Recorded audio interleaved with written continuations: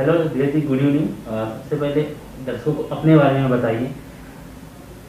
Good evening to everyone. मेरा नाम धीरज खंडेलवाल है और मैं चार्टर्ड अकाउंटेंट हूँ। मैंने 97 में सीए कंप्लीट किया और 98 में मैंने प्रैक्टिस चालू की और जब से मैं मुंबई में प्रैक्टिस कर रहा हूँ और मेरी फर्म है सीए फर्म जहाँ पे मैं प्रैक्टिस कर रहा हूँ।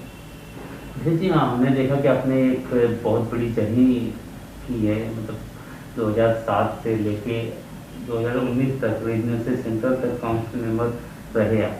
तो इतने लंबे समय तक किसी पद पे रहना, उसकी गरिमा बनाए रखना लोगों में मान सम्मान की बात है। तो किस तरह से जर्नी रही, क्या कुछ आपने फेस किया यहाँ मुंबई से शहर में, तो उसके बारे में बताइए।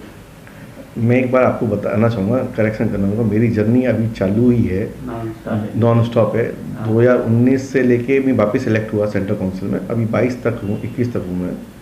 और फिर एक और जर्नी रहेगी। तो मेरी जो जर्नी चालू हुई 2000 से, तो 2000 में मैं स्टडी सर्कल मैंने फॉर्म किया, लायंस क्लब चालू किया। 98 में प्रैक्टिस में आने के बाद मैं सोशल सर्विस में आया और 2006 में मैंने इलेक्शन लड़ा। तो 2007 में रीजनल काउंसिल का इलेक्शन जीता। 2007 से लेके 9 से लेके 12 से 15, 3 टर्म 9 साल में रीजनल में रहा और ये मेरा सेकंड टर्म है, छठा साल है सेंट्रल काउंसिल में। और मैं हमारे मेंबर्स और स्टूडेंट के लिए काम कर रहा हूँ। कि अभी कि आप, मैं यही जानना चाहता हूँ कि आपने जो अपने स्टडी की पढ़ाई लिखाई और आपको ये सारी चीज़ें करने की जो प्रेरणा मिली पढ़ाई लिखाई के दौरान, वो कहाँ से आई और कहाँ से आपने अपनी पढ़ाई लिखाई की शुरुआत की? चूँकि मैं राजस्थान से बिलोंग करता हूँ, मेरा जन्म हुआ, फिर बाद में मेरा स्टडी मथुरा में हुआ और मैं बॉम्बे सीए करने 94 में आया, 94 से 97 में। लेकिन कहीं ना कहीं मेरे को स्टार्टिंग से स्टूडेंट टाइम से ही एक प्रेरणा मिली थी कि मैं कहीं ना कहीं जितने मेंबर्स हैं या स्टूडेंट्स हैं, उस समय हम जब विकासा में थे या स्टूडेंट्स का काम कर रहे होते थे, तो ये था कि कहीं प्रेरणा थी कि हम एक लीडरशिप लें और जहाँ लीडरशिप लेके जो भी इश्यूज़ हैं, मुद्दे हैं, मैटर्स हैं, उन सबको हम देखें। आज जब मैं मेंबर बना 2098 में, 1998 में, तो 2006 में रीजनल काउंसिल बना, तो हमने वेरियस जितने भी मेंबर्स के रिलेटेड जो भी इश्यूज़ हैं या स्टूडेंट से रिलेटेड हैं, वुमेन से रिलेटेड हैं, प्रैक्टिस से रिलेटेड हैं, हर मुद्दे पे काम किया है और कंटिन्यूस काम करते आ रहे हैं। और उसी का नतीजा है कि जो आज हमको सबका प्यार है और प्यार के साथ आगे बढ़ रहे हैं। जैसे कि मैं ये भी जानना चाहूँगा कि जो आपका विजन है, तो विजन और मिशन की बात करें तो मतलब ये किस तरह का आपका माइंड सेटअप है, कि किस तरह से लोगों के बीच दर्शाते हैं? अगर मैं सामाजिक मुद्दे की बात करूँ कि लोगों को मोटिवेट करना, कि आप जो आपका जो विजन मिशन है, तो उसको अगर लोग देख के लोगों को प्रेरणा मिलती है तो वो लोग भी उसको लेके आगे चलते हैं। तो ये किस तरह का, जरा इसके बारे में बताइए। सी, हमारे प्रोफेशन में ना मोस्टली चार्टर्ड अकाउंटेंट प्रॉपरशिप हैं, एसएमईज में काम करते हैं। चूँकि हम बॉम्बे में करते हैं तो हमको थोड़ा कुछ नॉलेज है। तो आज मेरे को ये लगा कि कहीं ना कहीं हमारे को, हमारे प्रोफेशनल को, मेंबर्स को जो नॉन ट्रेडिशनल एक्टिव एरिया है उसको थोड़ा हमको बताना पड़ेगा। हमारे को, हमारे मेंबर्स को नए नए एरियाज़, नई नई प्रोफेशनल अपॉर्चुनिटीज़ के बारे में बात करनी पड़ेगी। तो आज उसी देश के मेरा हमेशा एक विज़न रहा है कि कहीं ना कहीं हम अपने मेंबर्स को अच्छी से अच्छे प्रोफेशनल अपॉर्चुनिटी के बारे में बता पाएँ। और ये प्रोफेशनल अपॉर्चुनिटीज़ इंस्टीट्यूट नहीं देगा, हम लोग को खुद निकालनी पड़ेगी, हमको खुद देनी पड़ेगी और इंस्टीट्यूट फैसिलिटेट करना चाहिए। तो आज उसी प्रयास में मैं कर रहा हूँ। मैं पिछले 6 साल से सेंट्रल काउंसिल में हूँ। पहले साल मैं बोर्ड ऑफ स्टडीज़ में था, जहाँ पे मैंने स्टूडेंट के लिए पूरा काम किया, नया कोर्स करिकुलम बनाया। तो आज नया कोर्स करिकुलम में जहाँ पे पहले स्टूडेंट्स को प्रॉब्लम होती थी वो पूरी रिड्यूस की, इलेक्टिव पेपर सिस्टम लेके आए। आज उसमें इसका पेपर जो स्टूडेंट्स को प्रॉब्लम होती थी वो हटाया।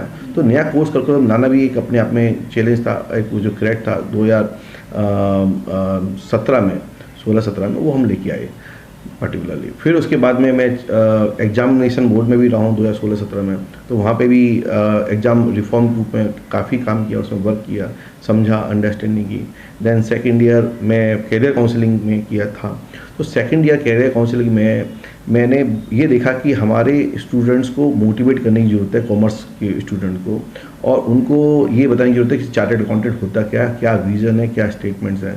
तो आज उसी लिए मैंने कॉमर्स विजार्ड जो हमने ऑनलाइन प्लेटफॉर्म बनाया था, और उसमें 210 सिटीज़ के बच्चों ने पार्टिसिपेट किया था, और हमने कॉमर्स विजार्ड एक नया प्रचलित किया कि जिससे कि एक स्टूडेंट्स जो 9th 10th 11th 12th में है, वो कॉमर्स विजार्ड के कम्पिटिटिव के बारे इंस्टीट्यूट को समझे, उनको प्राइज़ मिले, आगे बढ़े और फिर इसी इंस्टीट्यूट को ज्वाइन करें। तो ये कैरियर काउंसलिंग में भी हमने इनको प्रमोट किया। तीसरे साल में मैं चेयरमैन था committee for member in industries. तो तीसरे साल में मेंबर इन इंडस्ट्रीज़ के लिए आप देखेंगे तो बहुत बड़ा मैंने इंडस्ट्रीज़ के लिए काम किया है, और उसमें नई नई चीज़ लेके आया। आज सेक्टर स्पेसिफिक प्रोग्राम किए, हमारी इंडस्ट्रीज लोग जुड़ी हुई नहीं थे, उनको जोड़ के रखा। तो इंडस्ट्रीज़ को हर सेक्टर 24 सेक्टर की स्पेसिफिक प्रोग्राम किए मैंने, और CO4 मीट किए, मेंबर इंडस्ट्रीज़ को सामने लेके आया करीबन 40 से आसपास सिटीज़ में। जो मैं देख रहा हूँ वुमन एम्पावरमेंट, इस मतलब ये विजन में आपके सामने, तो जो महिलाओं के लिए आपका रहा है कि आजकल महिलाएं इंडस्ट्री में आने से, काम करने से थोड़ा कतराते हैं, तो उनके लिए आपने जो विजन तैयार किया वो क्या है उसके? सी वुमेन, आज मेरा वुमेन का विज़न ये है कि हमारी चार्टर्ड अकाउंटेंट पहले वुमेन 2010 के अंदर 8 के अंदर 8000 वुमेन थी, और 2018 में 80,000 हो गई। आज की डेट में 1 लाख वुमेन मेंबर्स होंगी। 3,40,000 मेंबर्स होते हैं, तो 1 लाख के आसपास 1/3 पॉपुलेशन हमारी मतलब वुमेन मेंबर है। और प्रैक्टिसिंग में देखो तो प्रैक्टिस में कितनी वुमेन लेडीज़ हैं, हार्डली कम है। जॉब में भी हैं, लेकिन ये सब यंगस्टर हैं। लेकिन मैंने ये देखा है कि हमारी वुमेन जो लेडीज़ हैं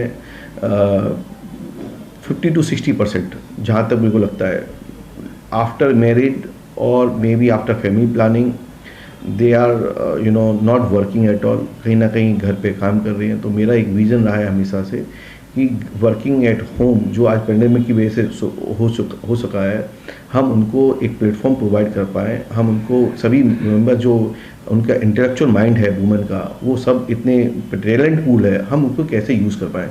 और उसके लिए हमने काफ़ी प्रयास भी किए थे। मैंने जॉब पोर्टल खोला था, उसमें वुमेन पोर्टल का उसके अंदर समावेश था। वुमेन एम्पावरमेंट अवार्ड भी किए हैं। तो काफ़ी कुछ वुमेन से रिलेटेड काम किया और कंटिन्यूस करता रहूँगा। मेंशन आपने देखे तो इंफ्रास्ट्रक्चर और global for international for CA profession, ये सारी चीज़ें भी आपके इसमें शामिल है, तो इसके बारे में थोड़ा सा हमें बताइए। नहीं, आप इंफ्रास्ट्रक्चर की बात कर रहे हैं तो इंफ्रास्ट्रक्चर्स में मैं जब विकासा चेयरमैन था तो मैंने स्टूडेंट्स के लिए काफ़ी ACs हैं, वाटर कूलर हैं, जो मूलभूत सुविधाएं होनी चाहिए उनके लिए काफ़ी स्टूडेंट्स के लिए काम किया, क्योंकि मेरा जुड़ाव हमेशा स्टूडेंट से रहता है। तो हमेशा जो बेनिफिट हो सकते हैं उनको किए। फिर रीजनल काउंसिल में जब 9 साल था तो कहाँ उस समय एक युग था, अलग था कि हमारे इंस्टीट्यूट की बिल्डिंग बनानी है, वो अलग युग था। उस युग में हमने काम किया है जहाँ हर ब्रांच को फैसिलिटेट करना है, उनकी ब्रांच बनानी है, उनका ITT सेंटर खोलना है, उनकी लाइब्रेरी खोलनी है, उनको बच्चे लोग वहाँ पे आएंगे, उनको मूलभूत सुविधा देनी है, उस सब पे काम किया। पर्टिकुलरली उनकी ब्रांच प्रमाइसेस पर बात किया। तो ऐसे इंफ्रास्ट्रक्चर क्रिएट किया है। तो वो मतलब ड्यूरिंग माई जर्नी ऑफ 15-16 साल में वो सब काफ़ी काम किया उसमें। काफ़ी सारे आपने अवार्ड भी लोगों से प्राप्त किया है, इंडिया ने आउट ऑफ इंडिया में, लाइक मलेशिया जैसे। तो वो जर्नी कैसी जो आपको सक्सेस मिलना चालू हुआ आपके विजन में, तो फिर मतलब हाउ टू फील, आपको कैसा फील हुआ, और अपने लोगों से ज़्यादा से ज़्यादा मिलना, अवार्ड आपको सम्मानित किया गया, फिर और कितना काम करने की लोगों के लिए आपके मन में इच्छा है हुई जागने में? तो अवार्ड एक आपका काम करने को सेटिस्फेक्शन नहीं है, एक मोटिवेशन है। अवार्ड मिलता है तो आपको लगता है कि एक रेस्पॉन्सिबिलिटी मिली है, और रेस्पॉन्सिबिलिटी से हमको और काम करना है, एप्रिसिएशन है। तो मैं जो भी मेरे को अप्रिशिएट मिलता है, एप्रिसिएशन मिलता है, क्योंकि लास्ट ईयर मेरे को वर्ल्ड बैंक से एक सर्टिफिकेट मिला था taking emerging jobs for the world bank. तो एंटा इंडिया, तो वहाँ पे मैंने काफ़ी अच्छा काम किया था और जॉब पोर्टल इंस्टीट्यूट के लिए खोला था। हमारे कैंपस प्लेसमेंट में काफ़ी अच्छा वर्क किया था और ऑफ प्लेसमेंट जो इंस्टीट्यूट से हट के भी है उसमें काफ़ी काम किया था। तो उसके लिए मेरे को वर्ल्ड बैंक ने सम्मानित किया, सर्टिफिकेट ऑफ अप्रिसिएशन लेटर दिया। और बाकी जो इंस्टीट्यूट में जो भी काम किए हैं तो इंस्टीट्यूट में हमेशा से अप्रिसिएशन मिलता है, कुछ अलग काम करते हैं तो अप्रिसिएशन मिल जाता है। अभी लाइक आपने जैसा कहा कि जर्नी आपकी स्टार्ट की, तो आपने अभी क्या मतलब आगे का आपने तो बहुत सारा चीज़ें कई जगह मेंबरशिप रह चुके, आप यहाँ पे काउंसिल मेंबर में भी आपने बहुत सारा काम किया है, इंफ्रास्ट्रक्चर अलग अलग क्षेत्र में आप काम करते आ रहे हैं आपके प्रोफेशन में। तो अभी आगे की जर्नी क्या होने वाला है, क्या कुछ नया आप करने वाले हैं, थोड़ा सा उसके बारे में बता। देखो आगे की जर्नी तो काफ़ी कंटिन्यूस एंथुसियाज्म पूरा मेरे में है। आज की डेट में मैं MSME एंड स्टार्टअप कमेटी का चेयरमैन हूँ और दूसरा public and government financial management का चेयरमैन हूँ। मैं आप सभी को बताना चाहता हूँ कि government and public financial management जो कमेटी है वो इंस्टीट्यूट की काफ़ी पुरानी कमेटी है, लेकिन हम लोग इसमें काम कर रहे थे, बन रहे थे, लेकिन ज़्यादा कुछ कर नहीं पाए। 3 साल पहले काउंसिल ने, प्रेसिडेंट ने मेरे को इसका चार्ज दिया एंड उस समय मैंने काफ़ी प्रोफेशनल अपॉर्चुनिटी के लिए इसमें शुरुआत की। आज हमारे क्षेत्र में जो भी कॉर्पोरेट क्षेत्र है, हम जो अदर देन गवर्नमेंट के एरिया में काम करते हैं प्रोफेशनल, वो काफ़ी बड़ा काम करते हैं, 72 साल से यही काम कर रहे हैं। लेकिन मैं देखा कि गवर्नमेंट इज़ अपने आप में काफ़ी बड़ा ऑर्गेनाइजेशन है जहाँ पे भी प्रोफेशनल की एक सुविधा, मूलभूत सुविधा की बहुत ज़रूरत है और वहाँ पे सुविधा ले रही है गवर्नमेंट, ऐसा नहीं ले रही है, लेकिन हमारे वो सुविधाएं बड़ी काफ़ी बड़ी मतलब फर्म्स हैं, जो बड़ी बड़ी फर्म्स हैं वही ले रही हैं।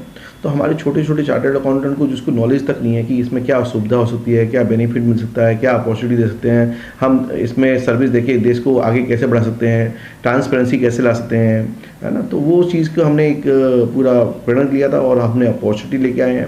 मेरे को लगता है कि आने वाले 2-3 साल में एम्पेनलमेंट पंचायत का होगा, म्यूनसिपल बॉडी का होगा, जहाँ पे CAG हम सबको ऑडिट देगी, उस दिशा में हमने काफ़ी काम बढ़ा लिया है।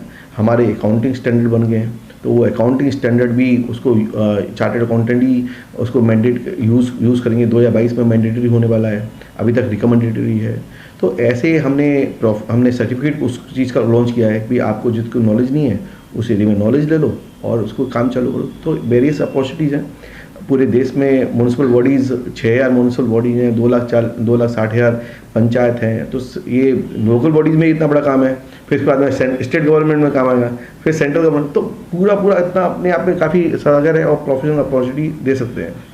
हम बात करें कि बहुत सारे चार्टर्ड अकाउंटेंट हैं यहाँ इंडस्ट्री में, तो बेसिकली बहुत सारे लोग कंफ्यूज हो जाते हैं कि उनको किस तरह से एजुकेशन तो ले लेते हैं हायर से हायर, लेकिन अपनी छाप नहीं छोड़ पाते, कुछ ना कुछ कमियां उनके अंदर रह जाती हैं। तो बेसिक अगर बात करें तो उनको किन चीज़ों पर ज़्यादा ध्यान देना चाहिए अगर एक अच्छा चार्टर्ड अकाउंटेंट बन के बनना? देखो, चार्टर्ड अकाउंटेंट बनने के लिए सबसे पहले है फर्म डिटर्मिनेशन। मैं आपको बताता हूँ, मैं सभी को बोलता हूँ कि हम हॉस्टल में पढ़े, हॉस्टल में हम 300 के आसपास लोग थे, 300 के आसपास लोग थे। और मैं इतना बोलूँगा कि जो फर्म डिटरमिन था, जो छोड़ के नहीं गया 2 अटेम्प्ट में 30 अटेम्प्ट में, जो लगा रहा, वो हर बंदा, हर हमारा कलीग सब CA बने हैं। बात इतनी है, CA में कोर्स लंबा है, टफ है, और उसको ढंग से कोई पढ़ेगा और अच्छे मेहनत करता रहेगा ज़रूर पास होगा। तो मैं इतना बता रहा हूँ कि 300 हमारे जो हॉस्टल में लोग थे, वो भले ही हम 97 में पास हुए, कोई 98 में हुआ, कोई 99 में हुआ, बट लेकिन सब पास ज़रूर हुए।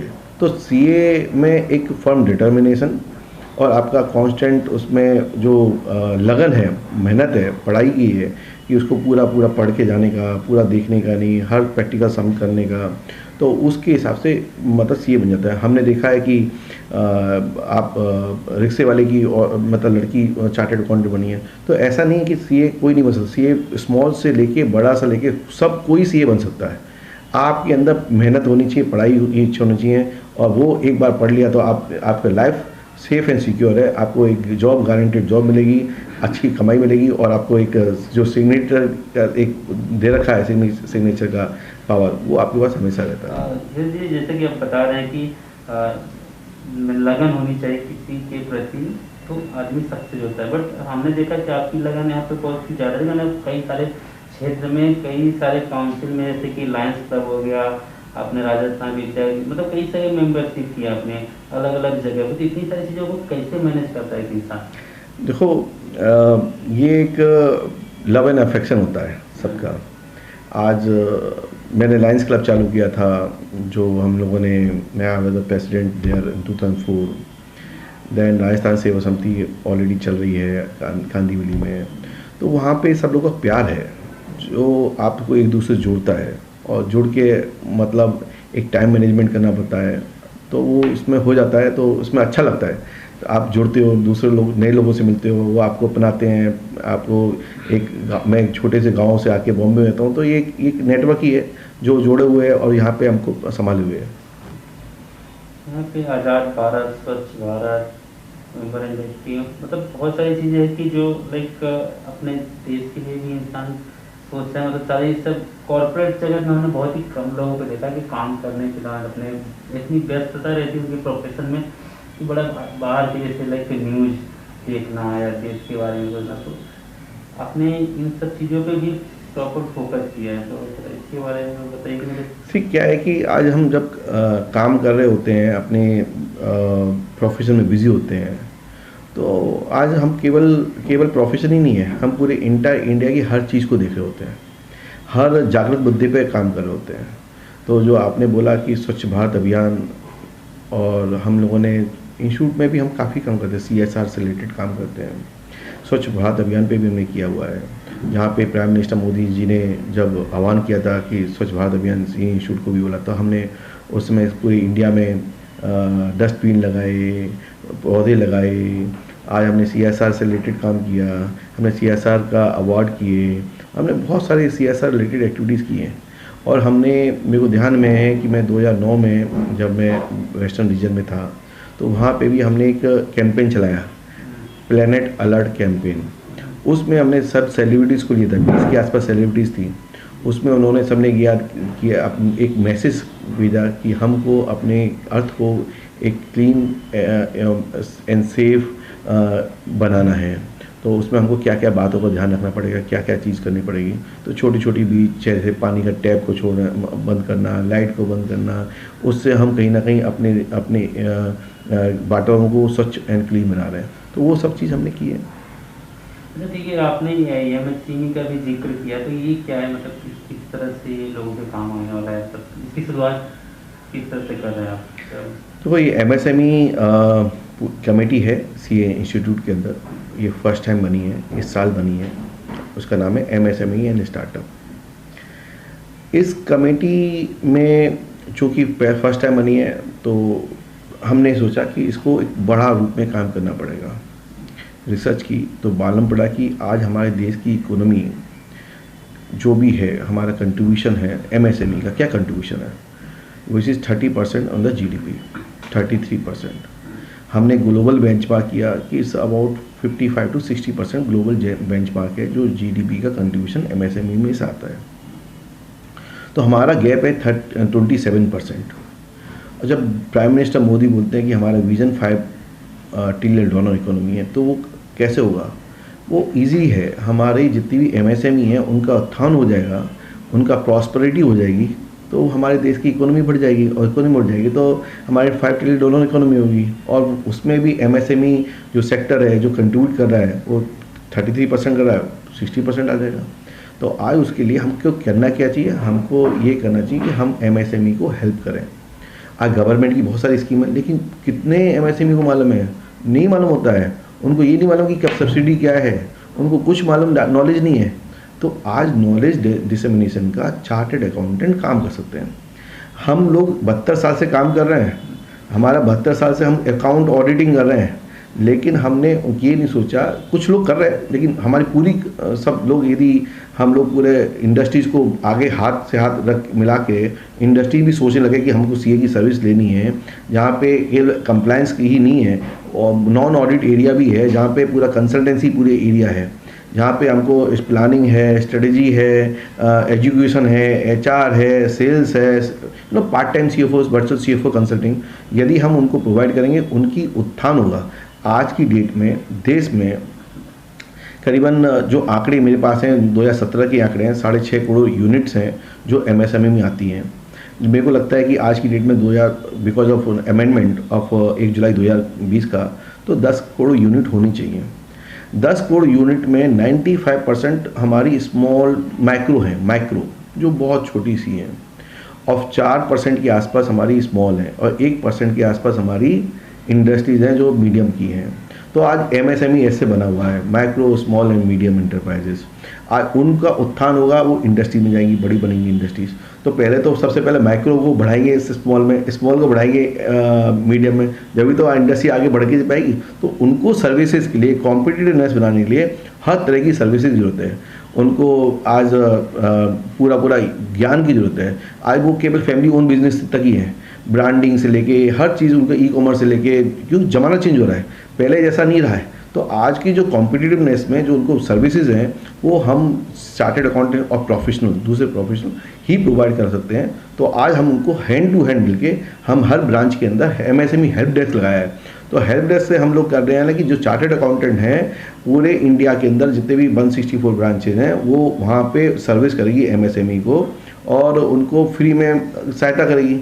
यदि उनको एडिशनल सर्विस चाहिए, उनकी ऑफिस जाए, काम यूज़ करें। हमने पोर्टल लॉन्च किया है, पोर्टल में बहुत सारी सुविधा दी हैं। तो कब जैसे कि अभी पिछले 2 साल में बहुत हालत खराब रहा, पेंडेमिक टाइम चल रहा है, तो ऐसे टाइम में मतलब देखिए जैसे पोर्टल वगैरह प्रोवाइड कर रहे हैं, तो ये सब क्या इसमें काम आने वाला है? देखो काम बहुत आने वाला है। क्या होता है कि एमएसएमई को नॉलेज ही नहीं है। आज की डेट में भी ये होलसेलर और रिटेलर को एमएसएमई कैटेगरी में डाल दिया है, बराबर है। तो आज एमएसएमई, उनको तो बेचारे छोटे लोग हैं, छोटे व्यापारी हैं, छोटे दुकानदार हैं, ट्रेडर हैं, उनको तो ये मालूम ही नहीं कैसे उद्यम रजिस्ट्रेशन करना है। आज उद्यम रजिस्ट्रेशन करना है तो उनको रजिस्ट्रेशन के लिए पैन, आधार, ये डिटेल्स लेके उनको सब सबमिट करनी है। आज उनको ये भी नहीं मालूम है कि मेरे को बैंक से लोन लेना है तो वो आज प्राइम लेंडिंग रेट पे मिल जाएगा कम परसेंटेज में। कौन उनको गाइड करेगा? हम चार्टर्ड अकाउंटेंट ही गाइड करेंगे। तो उनका उसका विकास हो गया, जिससे कि उनको बिजनेस कर सकें, अच्छा बिजनेस धंधा कर सकें, प्रॉफिट कमा सकें। आज उनका पैसा अटक जाता है, वर्किंग कैपिटल की वजह से अटकता है। तो आज उनको ये नहीं होना चाहिए कि उद्यम रजिस्ट्रेशन में उनका होना चाहिए उद्यम सहायता। तो आज उनका पैसा अटक जाता है, 45 दिन में पैसा नहीं आ जाता है, तो कंप्लेन कर सकते हैं, वहाँ से पैसा उनको मिल सकता है। तो ये सब जानकारियाँ हैं, जो जानकारियाँ उनको नॉलेज नहीं होती है, क्योंकि वो धंधे में बिजी होते हैं। उनका मालूम है सेल्स में, परचेज में, और उनको फैमिली ओन ऑफिस में कैसे पैसा लाना है, आसपास से फ्रेंड्स से उतना ही मालूम है। लेकिन बाकी का वो दायरा बहुत बड़ा है, जहाँ पे उनको एक मार्केटिंग भी करनी है, ई कॉमर्स मार्केट प्लेस से भी करनी है, और सभी ग्लोबल वर्ल्ड से कॉम्पिटिटिव करना है, एक्सपोर्ट करना है, बहुत सारी चीज़ आती हैं। तो उस सबको ध्यान में रखते हुए एक प्रोफेशनल ही उसकी सेवा करता है, इसलिए ये सब बहुत ज़रूरी हो गया आज की डेट में। सर धीरे धीरे अधिक मैं अगर आपकी प्रोफेशनल लाइफ है, कॉर्पोरेट में ये सारी चीज़ें देख रहा हूँ तो बहुत ही बिजी शेड्यूल है। तो इसमें से आप अपने बारे में कब ख्याल रखते हैं, अपने आप को कब मोटिवेट करते हैं, खुद को कब कैसे रेडी रखते हैं? नहीं, मैं आपको बताना चाहूँगा कि ये मैं फिटनेस फ्रीक भी हूँ, और ऐसा नहीं कि मैं पूरा शरीर पे ध्यान देता हूँ। आप देखेंगे मैं जहाँ भी होता हूँ, आज की डेट में 6 महीने से चालू किया है, सुबह शाम कहीं भी दौड़ भी लेता हूँ। मैं दिल्ली हूँ या कहीं भी बाहर हूँ, शाम में जूते साथ में रहते हैं, पैक साथ में रहता है। 8 से 10 किलोमीटर दौड़ने का मतलब रहता ही है, वीक में 2-3 बार दौड़ता हूँ। तो एक आपको फिटनेस रहना पड़ेगा, आपका प्रॉपर लाइफस्टाइल चेंज करनी पड़ेगी। और मैं शुगर लेता नहीं हूँ बिल्कुल भी, तो चाय मीठी, दूध भी फीका, मतलब चाय भी फीकी, दूध फीका, सब रहते हैं। तो उस हिसाब से एक लाइफस्टाइल बन जाती है, और एक मोटिवेशन होता है कि नहीं हमको फिटनेस रहना है, तो आगे काम करना है। जैसे कि स्टूडेंट्स और इतनी सारी मतलब आपकी जर्नी में मुझे लगता है कि बहुत सारे लोग आपसे जुड़ चुके हैं, बहुत सारे लोग, इसकी गिनती करना कम है जी तो बहुत सारे कॉल्स आते होंगे, बहुत सारे मीट टू मीट होता रहेगा, जी face to face, social media digital जी। प्लेटफॉर्म है, तो ये सारी चीज़ें किस तरह से करते हैं, सबको समय कैसे दे पाते हैं? देखो, जब मीटिंग में होते हैं उनका कॉल नहीं उठा पाते हैं, और जब मीटिंग से वो हटते हैं उन सबको जितने भी मिस कॉल होते हैं कोशिश करते हैं सबको एड्रेस कर पाएँ। स्टूडेंट्स रिलेटेड जो प्रॉब्लम होती है, अब इतने सारे स्टूडेंट्स हैं, सबको तो सॉल्व नहीं कर सकते हैं, बट जितना होता है उनको 1 to 1 वीक में 1 या 2 बार 2-3 घंटे हमको पर्सनल डायरेक्ट मैसेज जिसके आते हैं उनको हम करते हैं, उनको सॉल्व करते हैं, उनकी प्रॉब्लम्स होते हैं, उनकी मेल आते हैं, उनको एड्रेस करते हैं। जितना बनता है उतना कोशिश करते हैं कि स्टूडेंट्स में भी हम जो एक ब्रिज का काम करें, उनको भी जो इश्यूज़ हैं उनको हम एड्रेस करें। और बाकी तो पूरा काउंसिल है, बाकी और भी मेंबर्स हैं, वो सब पूरा एक अलग अलग कमेटी है, बोर्ड ऑफ स्टडीज़ है, सब लोग हेल्प कर रहे हैं स्टूडेंट्स के लिए। मेरा कहने का मतलब कि अब पौधा लगा देना बड़ी बात नहीं होती, जी। देख रेख करनी बड़ी बात होती, तो इतना सारा आपने सिस्टम बना रखा है तो उसको मैनेज कैसे करते हैं, समय कैसे निकालते, उसके बीच में अपनी फैमिली, आपका खुद का भी लाइफ है। जी जी जी। तो सारी चीज़ों को नहीं, उसमें ऐसा है कि फैमिली लाइफ को बैलेंस करना ही एक बड़ी मान्यता है, और आज की डेट में फैमिली यूज्ड टू हो जाती है। जब आपका इतना लंबा सफ़र, आज 2006 से मैं रीजनल काउंसिल और सेंट्रल काउंसिल में, आज मेरे को 15 साल हो गया है, तो एक ये फैमिली यूज्ड टू हो गई है। और प्लस अभी आज की डेट में 1.5 साल से तो पेंडेमिक में टाइम भी काफ़ी मिला है, तो एक यूज्ड टू हो गए। तो एक फैमिली को भी मालूम है कि इनके पास समय कम है, वीक में 2 दिन ही मिलेंगे बॉम्बे में, बाकी नहीं मिलेंगे, तो एक पूरा सिस्टम बन जाता है। तो फैमिली को भी उस समय हो जाता है, और कहीं भी जाते हैं फैमिली भी एंजॉय करती है। तो अब एक यूज्ड टू बन गया है, यूज्ड टू सिस्टम बन गया है। ठीक है। मैं एक स्लोगन है आपका, एक्शन स्पीक, इसके बारे में हम थोड़ा समझना चाहते हैं। मैं इसमें एक्शन स्पीक्स में ये बोलना चाहूँगा कि मैंने जहाँ भी काम किया है, हर साल कोई भी कमेटी मेरे को दी है, उसमें मैंने वेरी एक्टिवली काम किया है, और उसमें नई से नई ऊंचाइयाँ छूने की कोशिश की हैं। चाहे कोई भी कमेटी हो, चाहे आज इस साल की MSME स्टार्टअप हो, तो आपने देखा कि MSME पे हर तरह के प्रोग्राम सेमिनार्स हो चुके हैं, और कोर्स भी लग चुका है। स्टार्टअप पे भी पूरा पोर्टल बन चुका है, MSME पोर्टल बन चुका है। विदिन 6 मंथ इतना बड़ा काम उसमें हमने MSME स्टार्टअप में प्रोफेशनल अपॉर्चुनिटी लेके आना वो किया।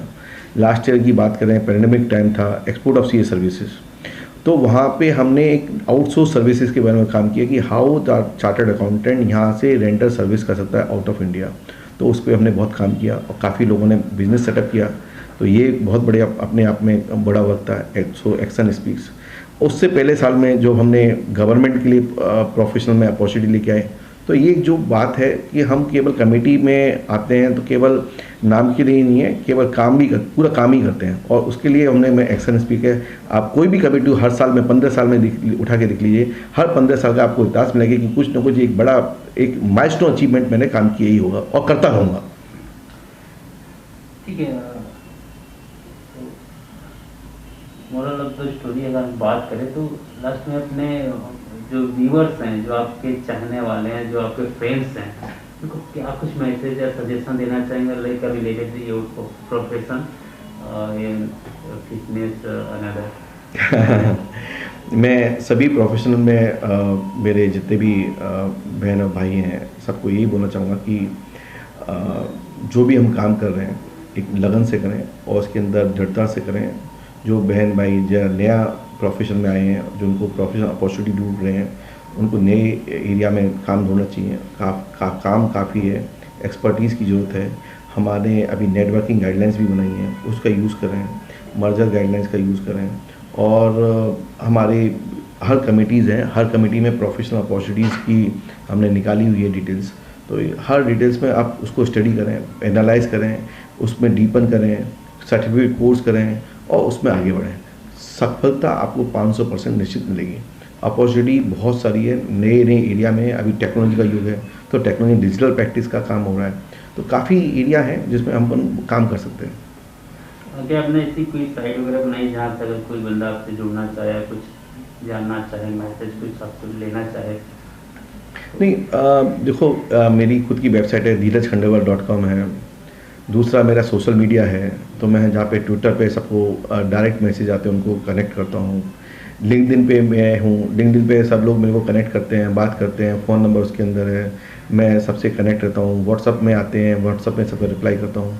तो I am down to earth and connected with each and every one people. कहने का मतलब आप कहीं छोटे में ज़्यादा से ज़्यादा लोगों तक पहुँचने जुड़ने का काम है। जो भी मेंबर कहीं भी किसी रूप में कनेक्ट करेगा, चाहे direct message on the social medias और direct message on the WhatsApp, I always connected, I always reply to each and every one. तो बहुत बहुत आपका धन्यवाद हमारे व्यूअर्स को इन्फॉर्मेशन देने के लिए। Thank you each and every one, thank you.